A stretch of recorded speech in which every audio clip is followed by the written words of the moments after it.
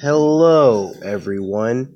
It's me, Orpheon, your infant dragon source here, and yeah, I'm making another Deku What If. This was requested by Pro Gamer 36, as you can see right here, 30 minutes ago, and yeah, I just realized that Kid Zeus and Comic Sans didn't have a Deku into the Deku verse, a Deku that had Ghost Rider's powers. So I'm gonna have to change Ghost Rider's appearance a little bit. So yeah, to make things interesting. Alright, just letting you all know. And so let's get started on this what if.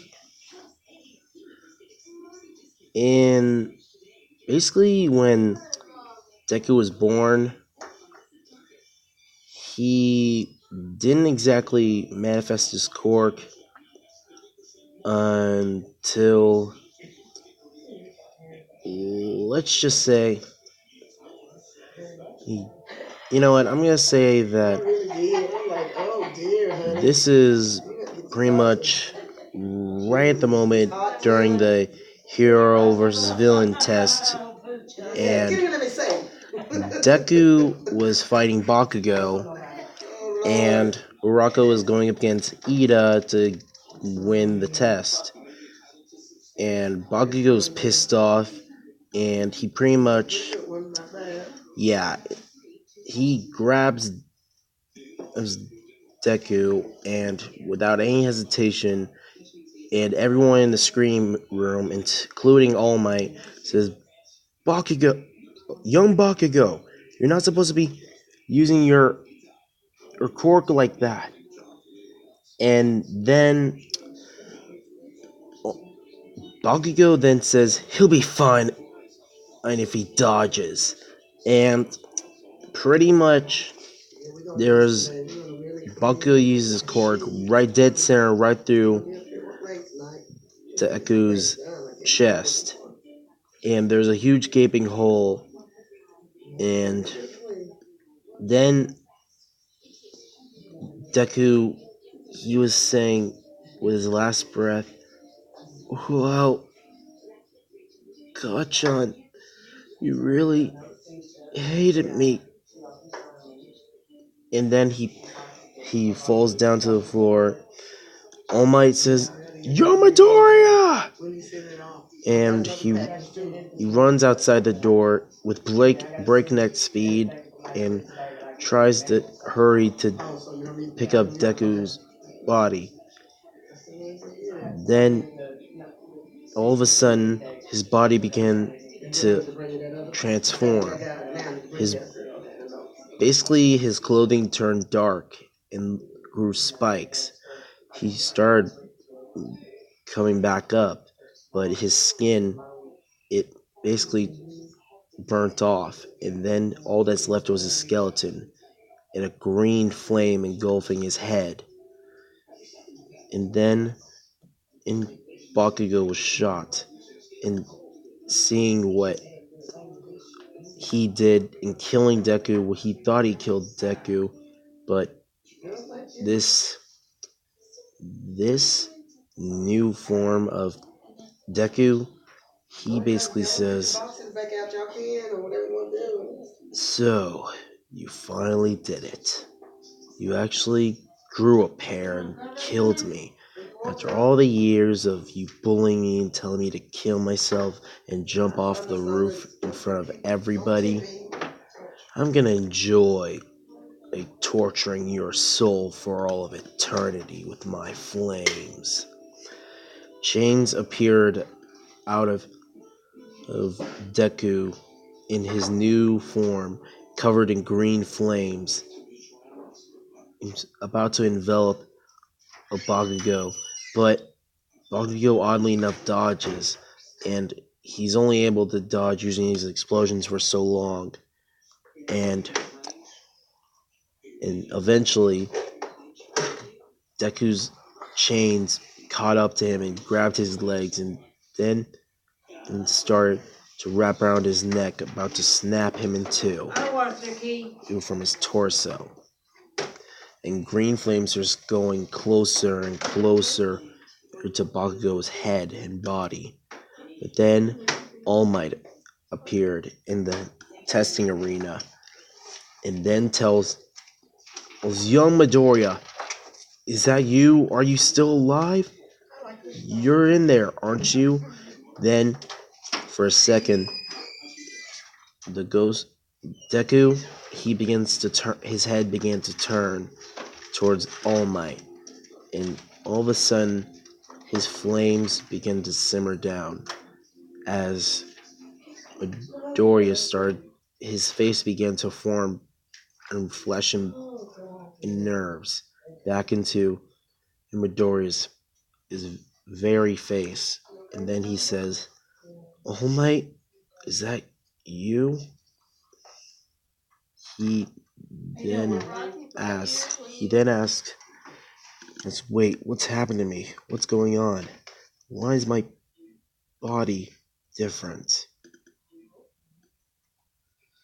And sorry for the background, everybody. It's just hanging out with friends, Sorry about that. Pretty much, again, sorry for the noise, everybody. Guys, be quiet, please. Okay, sorry about that. Then, when Deku was turning back into his normal self, and the hole in his chest began to close, and he was completely healed. And not only that, he was completely fine. It was like, what happened? What was up with that strange power?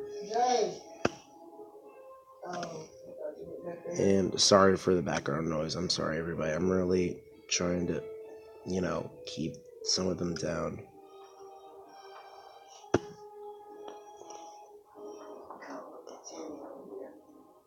And, pretty much, I keep saying pretty much, I'm sorry about that. When Deku was sent to, Recovery Girl's nurse's office, she began to check on Deku's condition, and he was fine. He was completely healed. And then All Might breathed a sigh of relief, and with Bakugo outside the Recovery Girl's office, he then says to Bakugo, "Young Bakugo, what you did was unacceptable. If young Midoriya was not fully recovered, I would have put you behind bars." Then Principal Nezu came to check on Midoriya, and Principal Nezu asked and started to look at Bakugo and saying, "Bakugo, Katsuki Bakugo, I assume you are aware of your current situation." Bakugo begins to look down and looks sort of guilty, and he's basically saying that, I'm really sorry for the background noise. This area is not good for recording, and just try to bear with me. Pretty much, damn it, I said it again. Bakugo and Principal Nezu and All Might were walking towards Principal Nezu's office. He then tells Bakugo that if he's ever, and I mean ever, does that again, or uses his gauntlets like that on another person, let alone another student, he will be expelled from UA and all of the hero agencies in Japan. If he's to ever do any of that ever again. And Principal Netsu and All Might are furious at Bakugo, just glaring at him, showing that they're disappointed in him. And they're only gonna suspend him for a week.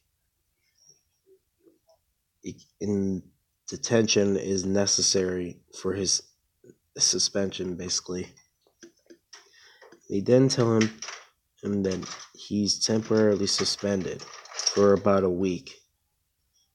And he's lucky that Midoriya is completely healed and not dead.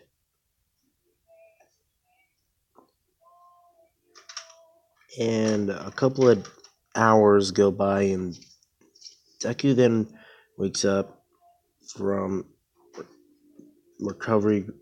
A girl was using her cork, and it really doesn't really affect him because he felt like he was full of energy, and he checked the center of his chest to see if there's still the injury he got from Bakugo, and it's completely gone. There's no hole, no scar. It's just gone. Then everyone pretty much comes to check on Deku, and Uraraka was very, very worried about Deku. She, without any filter, she just came crashing into the door, and she was crying. Tears ran down her eyes as she was worried that Deku was dead. And then she realized how she was behaving in front of everyone in the class. And then she starts blushing, and so did Deku. And everyone's like, seriously, will you two get a room already? And Ida's like, isn't that considered PDA? You shouldn't be doing that. There's a time and place for everything. And Uraraka's blushing like crazy after what they just saw. Now she was acting. And then everyone asks if Deku's okay and if he's hurt anywhere. And Deku says, nope, not even a scratch. See? Everyone's like, wow. Guess he has a pretty good cork if he was able to tank an explosion dead center to his chest and then instantly recover from it. And everyone and Recovery Girl's saying, alright everyone, time for you all to go home. School's over for the day. And besides, Izuku Midoriya needs to get his rest, just in case that injury was fatal, or if he's not showing any symptoms of trauma. And Deku is like, Recovery Girl, thanks, but I'm completely fine, especially since I need to head back home and check on my mom. And Recovery Girl says, fine, just be careful, don't push yourself, kid. And then Deku walked home and managed to get home, and Inko Midoriya was charged right at Deku, and pretty much... Dang, I said it again. Sorry, I can't talk today. I'm sorry. Because of the background noise. Inko Midoriya says, Izuku, my baby boy, are you okay? Yeah, and Deku says, yeah, I'm fine, Mom. And also, I'm completely fine. And so don't worry. Then Inko asks if she can cook some food for him to see if he's fully recovered. And Deku says, nope, I'm fine. I'm totally fine. I just need to go in my room and get some rest. Inko then says, alright. Deku goes into his room and he pretty much is exhausted. He was pretty much nearly almost killed by his friend Bakugo, and he just found out he had a secret quirk. And he tried to figure out more about it, but he's still a little bit confused about it. So then pretty much the next day, Deku then goes to class 1A, and everyone's still looking at him wondering if he's still alright, even though they're concerned about how Bakugo was acting. And Bakugo wasn't in class at all, because he still had a whole week of suspension, so he's not allowed to go on UA campus after what he did. And then pretty much, damn it, I did again. Sorry, I keep saying that word. So bear with me, everyone. I'm sorry. I'm just going off on the limb. Pretty much, haven't had time to write a script for this what if. So I'm sorry, everyone, if I keep stuttering and stuff like that. I'm sorry, everybody. Then Aizawa walked in asking everyone, "Is everyone present?" Everyone's like, "Yeah, but Bakugo isn't here." Well, good. Yeah, because he's still going through his first week of suspension. He'll basically come back next week. And then, as Alice says, we're going to the USJ, a facility to practice in simulations of rescues. So you'll need to suit up and get to the bus so we can head to the USJ. And everyone's shocked, excited. And they're really rescues? Isn't this a little advanced? Aizawa just looks at them all just hurry up and go ahead and suit up, head to the bus so we can go ahead and go to the USJ. Then everyone suits up into their costumes, and Deku's costume is completely messed up. I mean, it had a huge hole in it, and he had to receive a new costume from the support course. They had to make some modifications to his old costume since it was badly damaged. And Deku just wears his gym clothes to wear on the USJ. On his way to the USJ. God, I can't even talk today. I'm sorry, everybody. I'm trying. Didn't have time to make a script. Just got back. And then everyone starts talking, and Asui then asks about Deku's quirk. It's kind of similar to All Might's, but then Denki says, "No way, that's not even possible. Don't you remember All Might doesn't break his arms every time he uses it?" And then Deku's like, "Phew, safe that I was outed." He was thinking that to himself in his head, so no one heard him. Uraraka's being very observant and making sure she stays close to Deku, just to make sure that he's fully recovered. And Uraraka's still acting a little shy and blushing towards Deku, and he does the same, because Uraraka still hasn't confirmed her feelings for Deku. And pretty much after they head to the USJ, they get to meet 13, and as soon as they enter the building, the lights start to flicker, and then they get shut off. Then everyone was wondering, what's going on? The lights are off? Was it a power outage? Then a portal opens in the center of the USJ. Everyone's like, hey, are those fake villains? I thought you said we were going to do rescue training. And then, after that, Aizawa notices and says, this isn't part of your training. Those are real villains. Everyone, get back.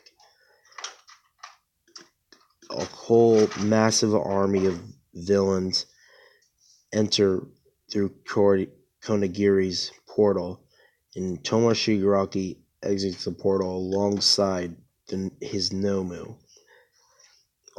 Toma Shigaraki says, so, I wonder where All Might is. I brought a lot of friends there, came here to meet him, and see him take his last breath before he dies.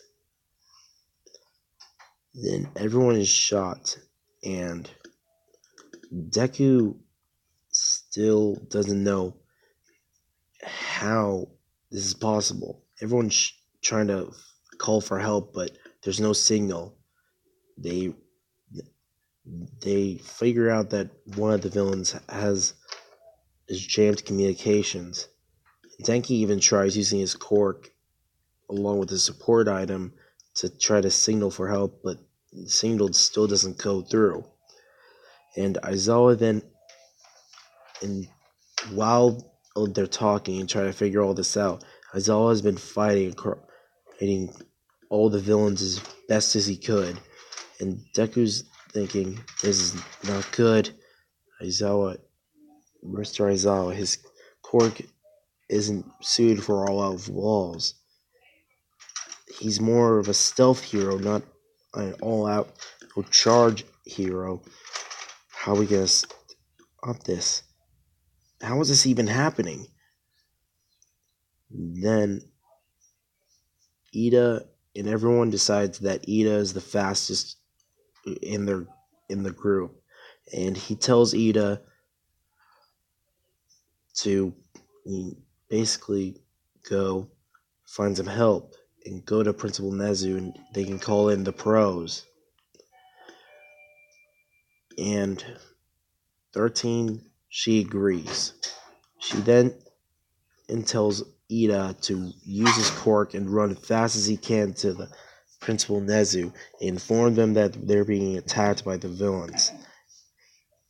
And at first, Konagiri uses his cork to try to stop Ida from calling in for help, but 13 uses her cork black hole on Konagiri, but Konagiri soon uses his cork to reflect its 13's cork right back at her, or right behind her. And then 13 is out of commission. She's badly injured by the hands of her own cork. Everyone's shot and trying to help 13, but Konagiri is still chasing after Ida. Ida's running with all his speed and energy, trying to push his cork to the absolute limits just to make sure everyone survives. And then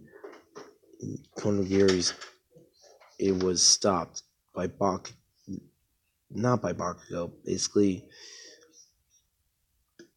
one of the students of Class 1A was able to stop Konagiri from getting too far. And Ida manages to get outside and head to UA. Meanwhile, while Ida was getting help, everyone still gets warped into different parts of the USJ. And Deku still is in the shipwreck zone with Asui and Mineta. And Deku tries to figure out, oh my god, stop this. Then a voice starts to appear in his head, saying, so, are you just gonna let all these villains get away? Are you just gonna sit by and let them hurt your friends and get away with all the past lives they've taken, all the people they've hurt, all the things they have committed and cost everything into innocent lives?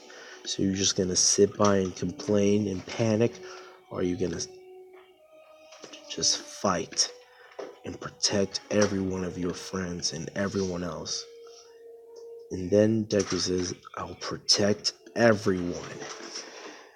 Deku's skin begins to transform into a skeleton, and then his body and clothes change into a leather jacket with spikes all over the gloves and shoulders. And then chains started to surround him. Deku then starts to use his chains to fight off against all the villains that are in the water. And everyone's like, so this kid has some type of fire quirk. We have the advantage here. And with Deku's green flames, he's able to hurt the villains that have been submerged under the water. What? How is that possible? His flame must be more powerful than Endeavor's. And all of the water in the shipwreck zone evaporated due to the hellfire that Deku was using. And it's all green. Deku then uses his chains to grab Mineta and Asui and carry them down off the ship. And then they head to the shore, seeing, Shota Aizawa fighting against the villains, but only being caught off guard by the Nomu. The Nomu then attacks Aizawa, not only hurting him to a critical state, but destroying his arm, just breaking it, and with his own hands. And then he tries to use his against the Nomu, but it doesn't work because the Nomu has 3 quirks, or multiple quirks actually. And then Tomoe Shigaraki says, "You idiot! We know about your eraser quirk. That's why we have the Nomu here, to not only get people like you out of the way, so he can be used to kill All Might." And pretty much Deku, in his Ghost Rider form, charges, and then when he runs towards the Nomu, he starts creating a bike covered in green in flames. It started to form a skull at the center of it. And Deku on his bike starts to summon his chains and green flames to eye and bind the Nomu, but the Nomus managed to break through. Deku then, I'm sorry for the background noise. Deku, when he was using his chains, he manages just to surround the Nomu with green flames, and it does not even affect it, because for some reason it was regenerating. Then Deku starts thinking of an idea. He tries to use his bike to make the flames grow and envelop the Nomu down from the center and burning it to ash. Nothing would remain. But somehow, all that was left was its head, and then it started regenerating. And Deku then sees, wait, that's it. Its head, the brain, that's its weak spot. maybe if I hit it with my chains, that'll put it out of commission. The Nomu's charging at Deku, and Deku managed to block it with his chains. But then he wraps his chains and starts to ignite them with green flames and starts to envelop the head of the Nomu, and starts to damage the brain of the Nomu. But he doesn't kill the Nomu. He just keeps the chain tightly around its head and on its brain. And then Tomura Shigaraki sees this and he's like, "No, what are you doing to my Nomu? Go away! Just die!" And he tries to use his cord to kill Deku, but it doesn't work. His decay cork doesn't do anything but mess up his jacket. And Deku looks at Tomura Shigaraki and starts to glare at him. And Tomura is in a daze. But then the Nomu grabs Deku by the head and throws him across the USJ. And then Ida and the pros show up, and All Might along with them. All Might fights the Nomu with everything he's got, breaking past his limit. And he managed to defeat the Nomu by punching it out of the USJ. But he run down his time limit. And Tomura's thinking, "No, this isn't right. The intel said that you were getting weaker, but you're still strong as ever. This is annoying." He begins to not only scratch at his neck, but he then tells Konagiri to warp him and let's get out of here. And then Konagiri does as he said.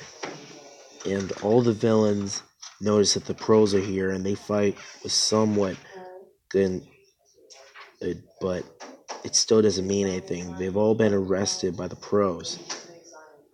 And pretty much that's the end of the USJ.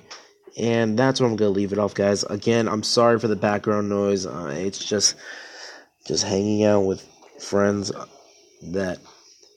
and they're making too much noise in the background, and I'm very sorry.